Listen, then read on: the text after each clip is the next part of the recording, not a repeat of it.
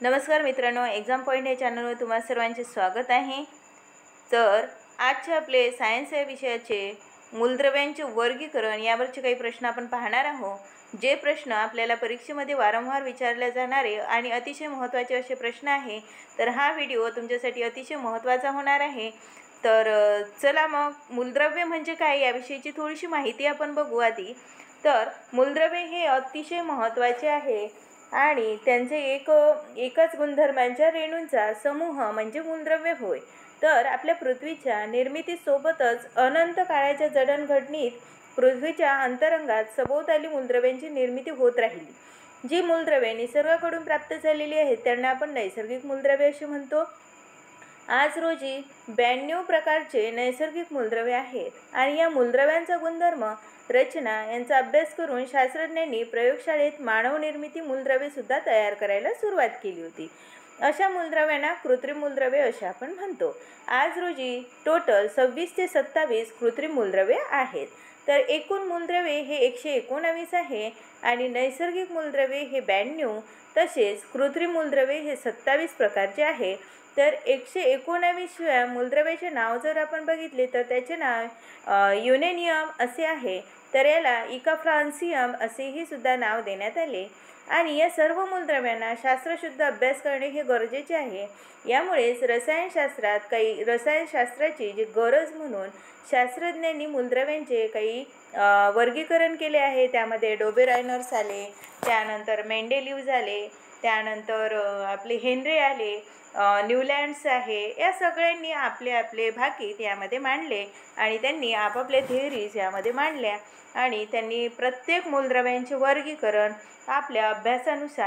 प्रत्येकाने आपल्या अभ्यासानुसार त्यांचे वर्गीकरण केले। त्यामध्ये आपल्याला मूलद्रव्यामध्ये त्याचा ॲटॉमिक नंबर, ॲटॉमिक मास काय असतो याविषयीची माहिती त्यांनी दिली आणि प्रत्येक मूलद्रव्यांचे वर्गीकरण त्यांच्या ॲटॉमिक मासनुसार किंवा त्यांच्या ॲटॉमिक नंबरनुसार एका पेरियॉडिक टेबलमध्ये त्यांची मांडणी केली। तर चला मग बघूया आजचा आपला पहिला प्रश्न। खालीलपैकी कोणता घटक आधुनिक आवर्त सारणीचा आधार आहे? आवर्त सारणी म्हणजेच पेरियॉडिक टेबल।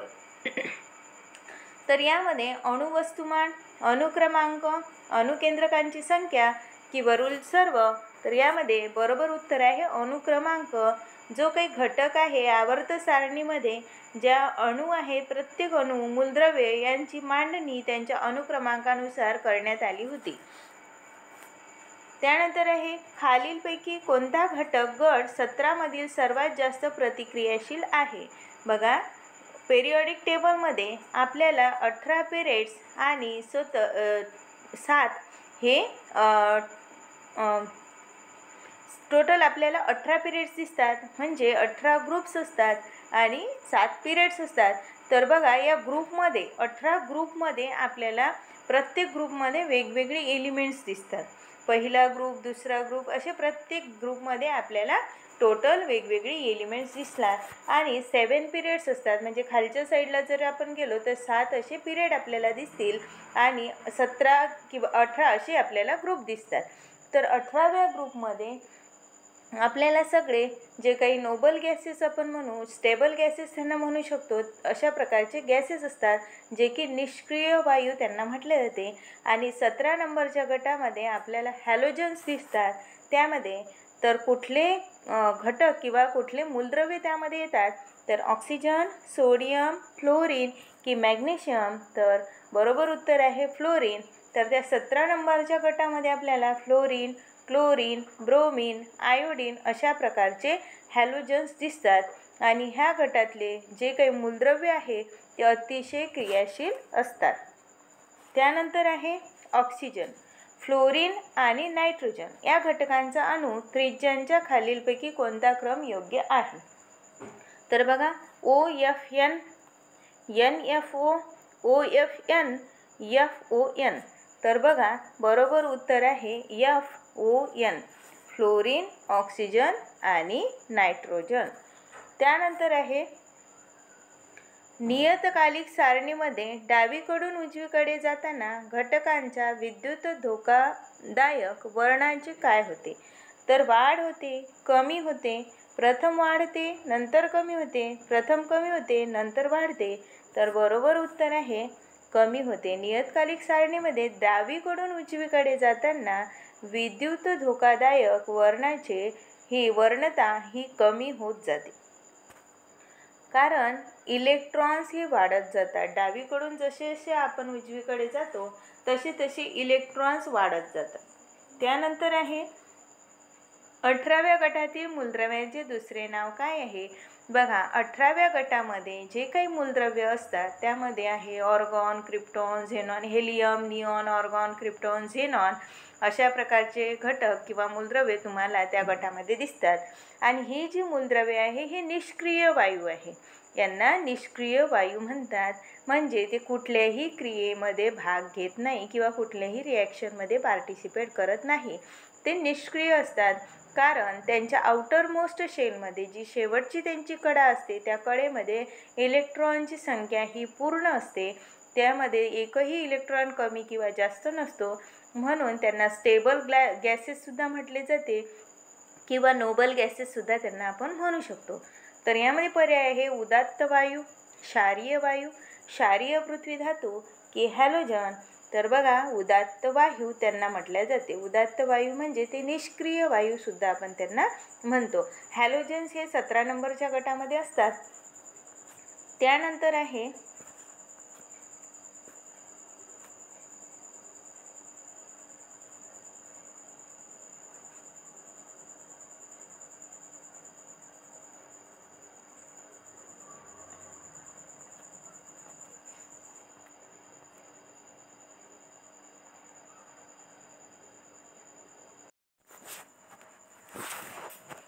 कोणत्या गटातील घटकांना संक्रमण धातू म्हणतात?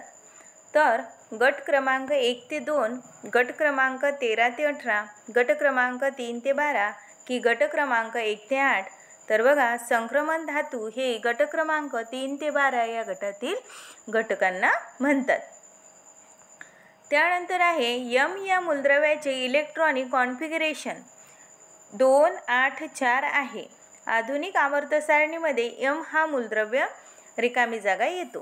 तर 4थ्या गटामध्ये येतो, 2ऱ्या गटामध्ये येतो, 14व्या गटामध्ये येतो की 18व्या गटामध्ये येतो? बघा, 18व्या गटामध्ये कुठलेही असे एलिमेंट नाही आहे किंवा कुठलाही मूलद्रव्य असा नाही की ज्यांच्याकडे व्हॅलन्सी ही 4 असणार आहे, म्हणजे ज्याच्या आउटर मोस्ट शेलमध्ये 4 इलेक्ट्रॉन आहे किंवा त्याला 4 इलेक्ट्रॉनची गरज आहे, असे घटक येत नाही. तर तुम्ही बघितले असेल कार्बन, आणि कार्बन हा 6 नंबरवर येतो, म्हणजे 6 नंबरवर. तर कार्बनचा जर आपण इलेक्ट्रॉनिक कॉन्फिगरेशन बघितले तर ॲटॉमिक नंबर कार्बनचा 6 आहे, आणि त्याच्याकडे फर्स्ट शेलमध्ये, पहिल्या शेलमध्ये 2 इलेक्ट्रॉन असतात आणि दुसऱ्या शेलमध्ये 4 इलेक्ट्रॉन असतात. म्हणजेच कार्बनच्या ज्या गटामध्ये हे सगळे मूलद्रव्ये येण्याची शक्यता आहे. तर तो गट कुठला? तर तो गट आहे 14वा गट. 14व्या गटामध्ये जे काही मूलद्रव्ये आढळतील त्यांच्या शेवटच्या जे आउटर मोस्ट शेल आहे त्याच्यामध्ये 4 इलेक्ट्रॉन तुम्हाला दिसायला मिळतील. त्यानंतर आहे खालीलपैकी कोणत्या मूलद्रव्याचे 2 कवच आहेत आणि दोन्ही पूर्णपणे भरलेले आहे? 2 कवच आहे म्हणजे 2 कडा आहेत आणि दोन्हीही कडा पूर्णपणे भरलेले आहे. म्हणजे पहिल्या कडामध्ये तर आपल्याला 2 इलेक्ट्रॉन पाहिजे, म्हणजे ड्युप्लेट कंप्लीट असेल. 2 इलेक्ट्रॉन ज्याच्याकडे आहे त्याचा ड्युप्लेट कंप्लीट आहे, त्याला एकही इलेक्ट्रॉनची गरज नाही पहिल्या कडेसाठी. आणि दुसरी कडा ज्याची पूर्ण आहे त्याच्यामध्ये 8 इलेक्ट्रॉन असतील. तर असे मूलद्रव्य कुठले? तर हेलियम आहे. तर हेलियमचा जर ॲटॉमिक नंबर आपण बघितला तर हेलियमचा ॲटॉमिक नंबर हा 2 असतो, म्हणजे 2. तर त्याची पहिली कडाच पूर्ण होईल, आपल्याला 2 कवच पूर्ण असलेले पाहिजे. निऑन आहे. तर निऑनकडे 2 कडा आहेत. पहिल्या कडामध्ये इलेक्ट्रॉन्स 2 आहे, दुसऱ्या कडेमध्ये 8 इलेक्ट्रॉन आहे, म्हणजे निऑनचा ॲटॉमिक नंबर हा 10 आहे.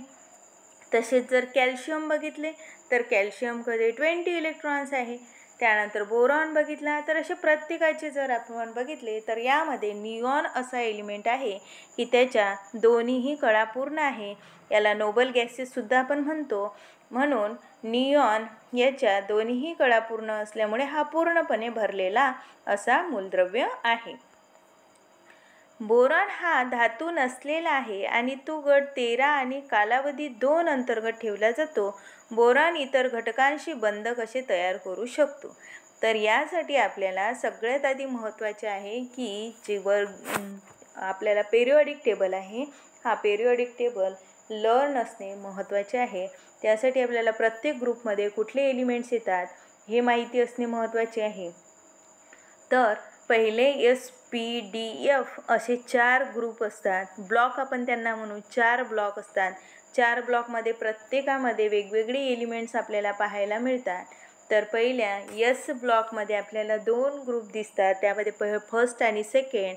त्यानंतर येतो P ग्रुप. P ग्रुपमध्ये 5, 6, 7, 8, 9 अशा प्रकारचे आपल्याला जे काही ॲटॉमिक नंबर असणारे एलिमेंट्स दिसतात. त्यानंतर असतात SPD ब्लॉक. डी ब्लॉक हा मधातला ब्लॉक आहे आणि शेवटचे जे खाली लॅन्थेनाइड आणि ॲक्टिनाइड सिरीज असते ती आहे आपला F ब्लॉक. F ब्लॉक हा डी ब्लॉकचाच एक पार्ट आहे. डी ब्लॉकचे जे काही एलिमेंट्स आहे ते F ब्लॉकमध्ये नोट डाऊन केलेले आहेत. तर अशा प्रकारे आपल्याला पेरियॉडिक टेबल हा लर्न असणे अतिशय महत्त्वाचे आहे. त्यामध्ये आपल्याला त्यांचा इलेक्ट्रॉनिक नंबर तसेच ॲटॉमिक मास तसेच एलिमेंटचे नावसुद्धा महत्त्वाचे आहे लर्न करणे. त्यानंतर आहे बघा, बोरॉन हा धातू नसलेला आहे आणि तो गट 13 या कालावधीत 2 अंतर्गत ठेवला जातो.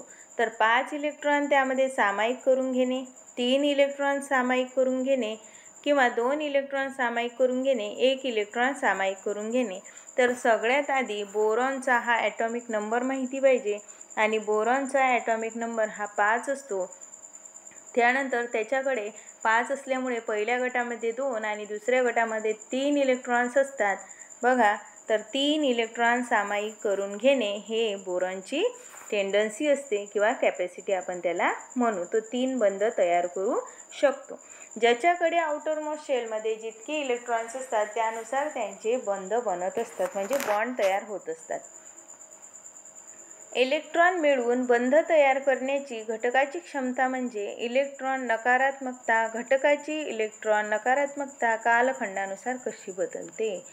बघा, इलेक्ट्रॉन मिळवून बंध तयार करणे म्हणजे बॉन्ड निर्मिती, आयोनिक बॉन्ड आपण त्याला म्हणू. प्रत्येक एलिमेंटकडे आपल्या आउटरमोस्ट शेलमध्ये म्हणजे आपल्या शेवटच्या कक्षेमध्ये जितके इलेक्ट्रॉन्स असतात त्यानुसार त्याची बॉन्डची कॅपॅसिटी ठरलेली असते. जसे सपोज आपण जर एक्झाम्पल बघितलं ऑक्सिजनचं, तर ऑक्सिजनकडे टोटल 8 इलेक्ट्रॉन्स असतात, म्हणजे ऑक्सिजनचा ॲटॉमिक नंबर हा 8 आहे. तर त्याचं जर आपण इलेक्ट्रॉनिक कॉन्फिगरेशन केलं तर त्यामध्ये आपल्याला 2 इलेक्ट्रॉन पहिल्या कक्षेमध्ये आणि 6 इलेक्ट्रॉन दुसऱ्या कक्षेमध्ये दिसतील. तर 6 इलेक्ट्रॉन शेवटच्या कक्षेमध्ये असल्यामुळे त्याला 8 इलेक्ट्रॉन म्हणजेच ऑक्टेट कंप्लीट करणे अतिशय महत्त्वाचे आहे आणि ऑक्टेट कंप्लीट करण्यासाठी त्याला आणखी 2 इलेक्ट्रॉनची गरज आहे. म्हणजेच ऑक्सिजन हा किती बॉन्ड निर्मिती करणार आहे? 2 बॉन्ड बनवणार आहे. तर तो 2 इलेक्ट्रॉन कोणाकडून घेईल? तर तो घेईल म्हणून तो निगेटिव्ह होणार आहे, म्हणून त्याला इलेक्ट्रॉन नकारात्मकता आपण म्हणू. जो इलेक्ट्रॉन देतो त्याला इलेक्ट्रॉन पॉझिटिव्हिटी आपण म्हणू. तर देणारा हा इलेक्ट्रॉन पॉझिटिव्ह असतो आणि घेणारा हा इलेक्ट्रॉन निगेटिव्ह असतो. तर दिल्यामुळे जो देणारे असतात इलेक्ट्रॉन डोनेट करतात त्यांना मेटल्स म्हणतात आणि इलेक्ट्रॉन घेणारे हे नॉन मेटल्स असतात.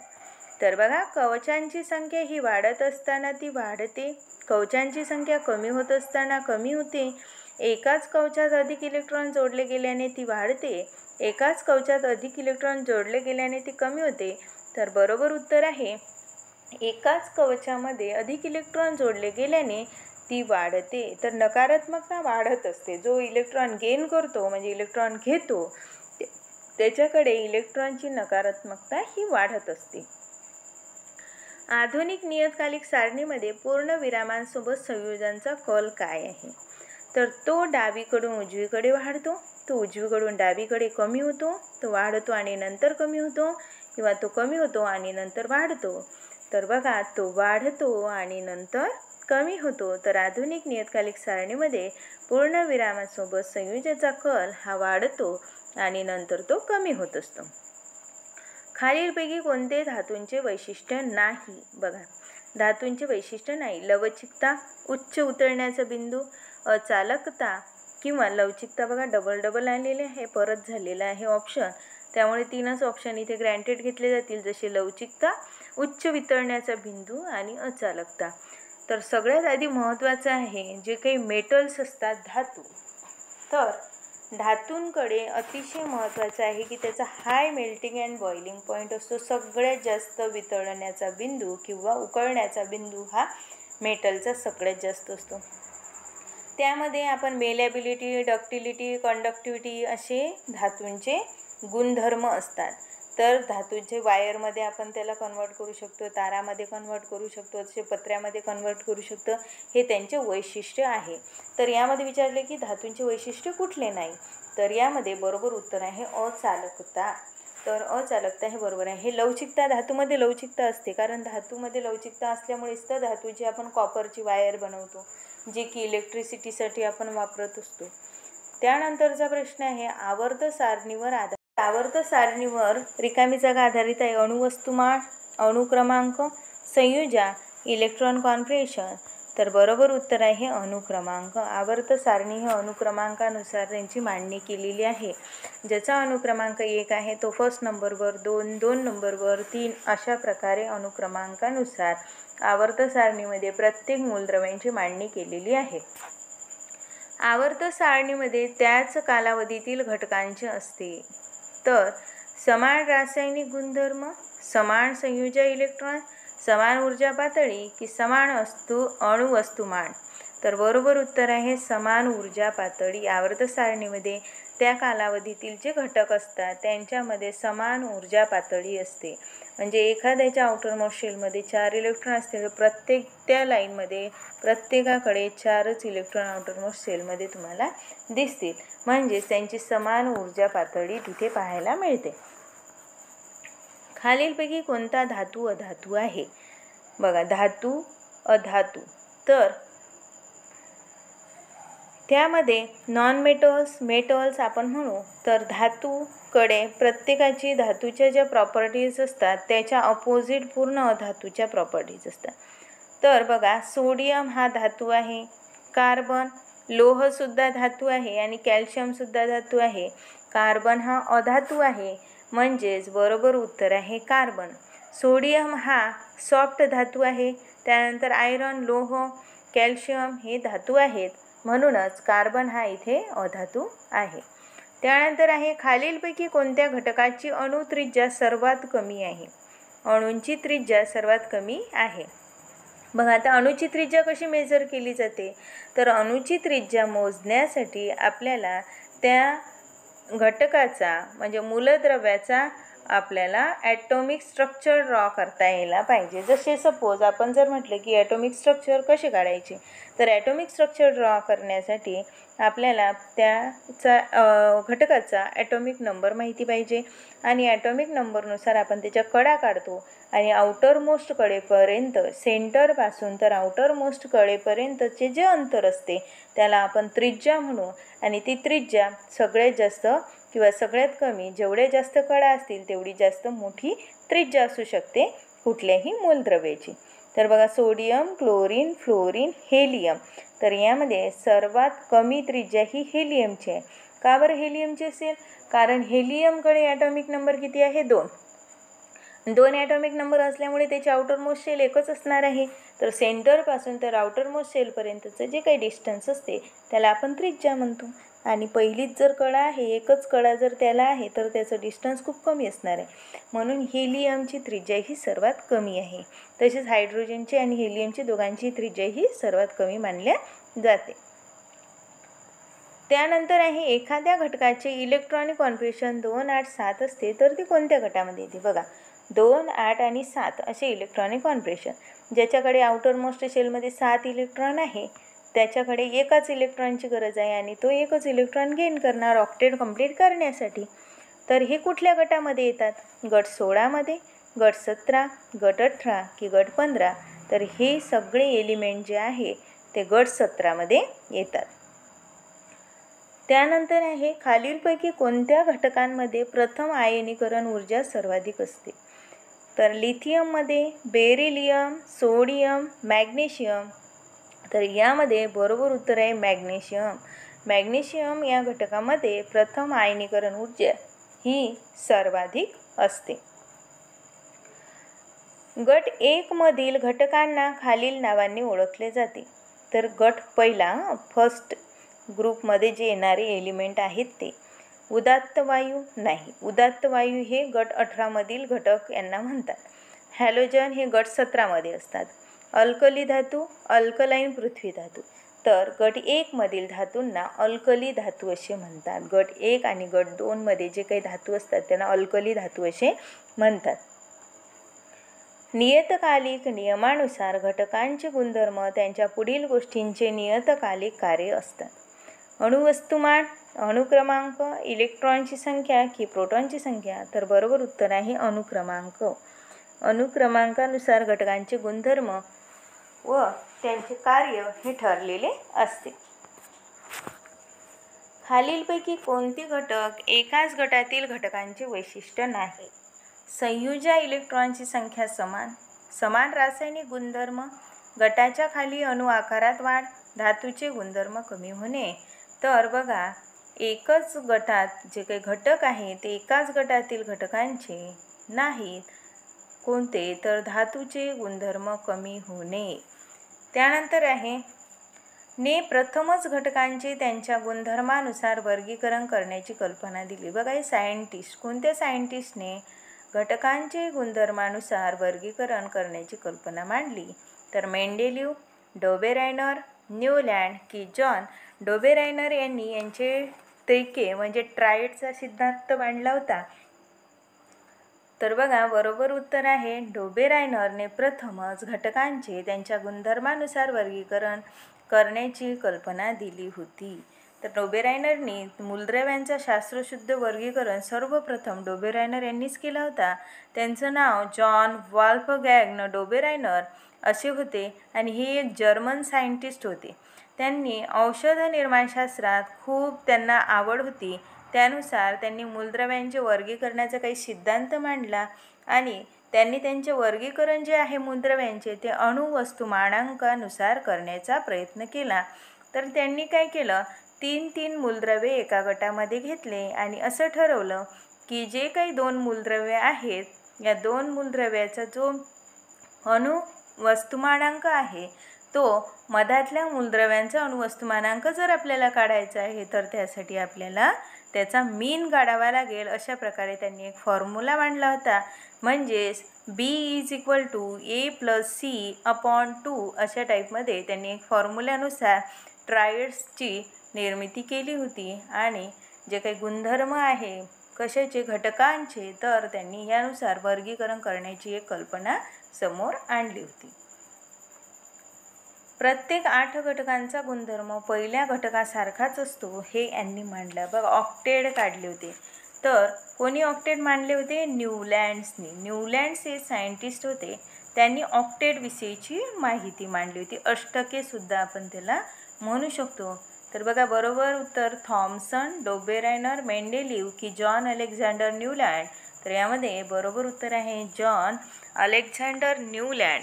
यांनी काय केलं होतं, हे एक ब्रिटिश रसायनशास्त्रज्ञ होते आणि त्यांनी मूलद्रव्यांचे वर्गीकरण करताना त्यांनी दुसरा मानसशास्त्राचा शास्त्रज्ञ असा मान पटकवला. म्हणजेच पहिले डोबेरायनर झाले आणि दुसरे न्यूलँड्स आले होते. यांनी मूलद्रव्यांची वस्तुमानांकाच्या चढत्या क्रमाने मांडणी केली होती. अणुवस्तुमानांकाच्या चढत्या क्रमाने त्यांनी मांडणी केली होती आणि त्यांनी ठरवले की पहिल्या 8व्या मूलद्रव्यांचे गुणधर्म हे समान असतात. जे गुणधर्म असतात मूलद्रव्यांचे ते पहिले 8 मूलद्रव्ये एकसारखे गुणधर्माचे आढळतील असे त्यांचे म्हणणे होते आणि त्यानुसार त्यांनी आवर्त सारणीची मांडणी केली होती. त्यामध्ये त्यांनी म्युझिकल स्वर जे असतात त्यानुसार मांडणी केली होती. जसे की सा, रे, ग, म, प, द, नि, सा यानुसार त्यांनी मूलद्रव्य मांडले होते आणि यांचे जे काही गुणधर्म आहे यांचे सेम असतात गुणधर्म असे त्यांनी ठरवले होते. त्यानंतरचा प्रश्न आहे मेंडेलीवच्या नियतकालिक नियमानुसार चे नियतकालिक कार्य हे संबंधित घटकाचे गुणधर्म आहे. तर अणुभार, अणुक्रमांक, रासायनिक गुणधर्म की प्रोटॉनची संख्या. तर बघा, बरोबर उत्तर आहे अणुभार. मेंडेलिव्हच्या नियतकालिक नियमानुसार अणुभाग